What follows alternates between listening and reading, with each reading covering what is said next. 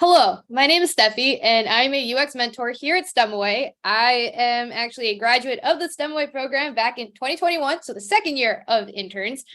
And AI code assistance, a very wonderful tool, a very useful tool, as we have seen from Colin and Dilshan. However, you can have all these wonderful tools, but if you can't really use them properly, then what's the point of having them? So my job as a user experience designer in research is to find the pain points. So why are these tools maybe not working to the best of their ability? Why are they not actually helping people get all this code done, help find all this data, etc., and then find ways to improve it? So how do we do that? Well, you have to actually talk to the people who use these tools. So I'm going to be doing a little mock interview with Colin and Dilshan. So first step is just getting basic information, which we already got from their introductions. So we've learned the tools that they use and also what they use them for. So now let's dig a little deeper. So I am just going to start off with Colin. So do you feel like these code assistants have increased your productivity, and how have they done so? I don't think they've increased my productivity. So I think in general, I see some value in some of the snippets that have been generated for incredibly narrow tasks. So taking a step back in my day-to-day workflow, because I'm in a research environment, by design, right, by desire, what we produce should be slightly innovative, right? It should be code that doesn't exist somewhere. So often I find myself relying on a set of functions that I've written that do very basic things, right? Where you're fitting a logistic regression and you're picking the optimal threshold. That's exactly the kind of task that is perfectly presented through these tools. But I actually already have a library of these things that I've been accumulating myself before generative AI became as popular as it was. So for most of my other workflows when I'm writing code, I find that the code is too abstract and too complex. Too many operations are being chained together to get useful suggestions out of things like GitHub Copilot. But that's my personal day-to-day experience thus far.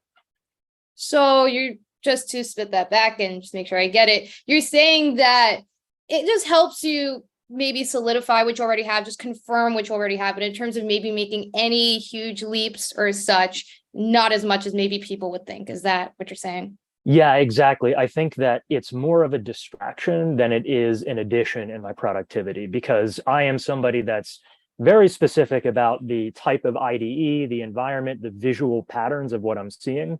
And so to me, if I'm going to reject or ignore, let's say 95% of suggestions that are popping up, it's really just a distraction. It's actually detrimental to my workflow. So there are those 5%, 10% cases where there's a utility, let's say fitting a model, or as we just saw with Dilshan, web scraping. I always know that web scraping is important for getting data, but it's one of those things that's tough to do. You know, oftentimes it's one of the more laborious aspects of building your data set. So that's a situation where I might leap to try and use these tools to get a web scraper in place, because even though it's a process I do a lot, I actually don't have a rich set of utilities that handle that already. So in my work, yeah, if it's something that I've addressed before, odds are I've already built that piece of repurposable code.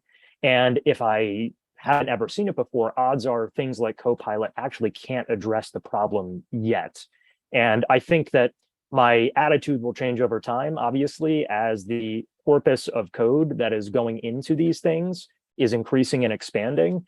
And there become opportunities where you could fine tune this on your own code, right? So I could easily see it becoming useful as it becomes a little bit more customized to the type of code that I write. But as it stands right now, that's my overall sentiment.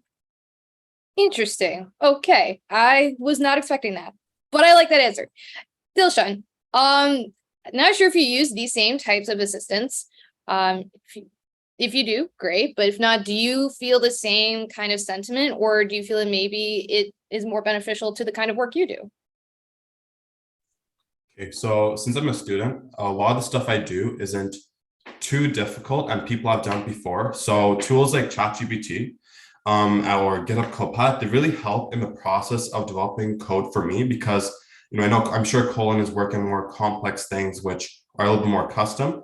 But for me, I usually work on stuff which is more basic, and Copilot can help me speed up the process of finding out how to do some stuff. And ChatGPT is really useful when I'm trying to search for a solution. I'll often end up in places where like they give me the code, but I don't know what it does. And ChatGPT is really good at explaining that for me.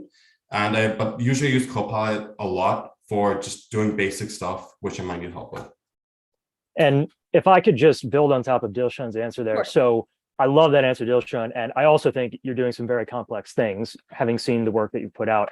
But what I would try and make a distinction between is complexity and abstraction in terms of the chain of operations that has to go into code that's being generated. So oftentimes something can be complex and difficult to understand, but succinct to write in code. It only requires a singular function, a singular set of operations.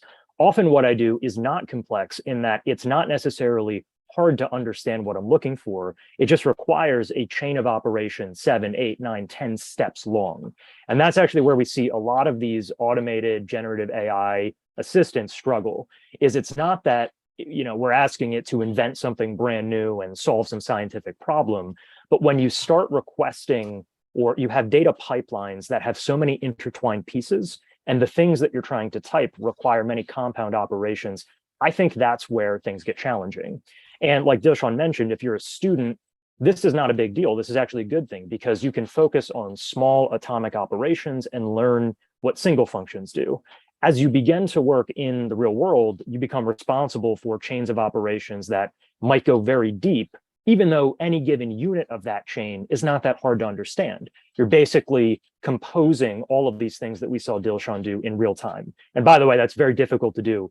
Everybody here knows that. And if you don't know that yet, you'll learn soon. Live demoing code is very difficult. So as we saw in real time, right, we kind of saw you go back and forth, build up each unit of operation, and it's stringing them together where the complexity actually lay, in my opinion. So I just wanted to add on top of what Dilshan just said.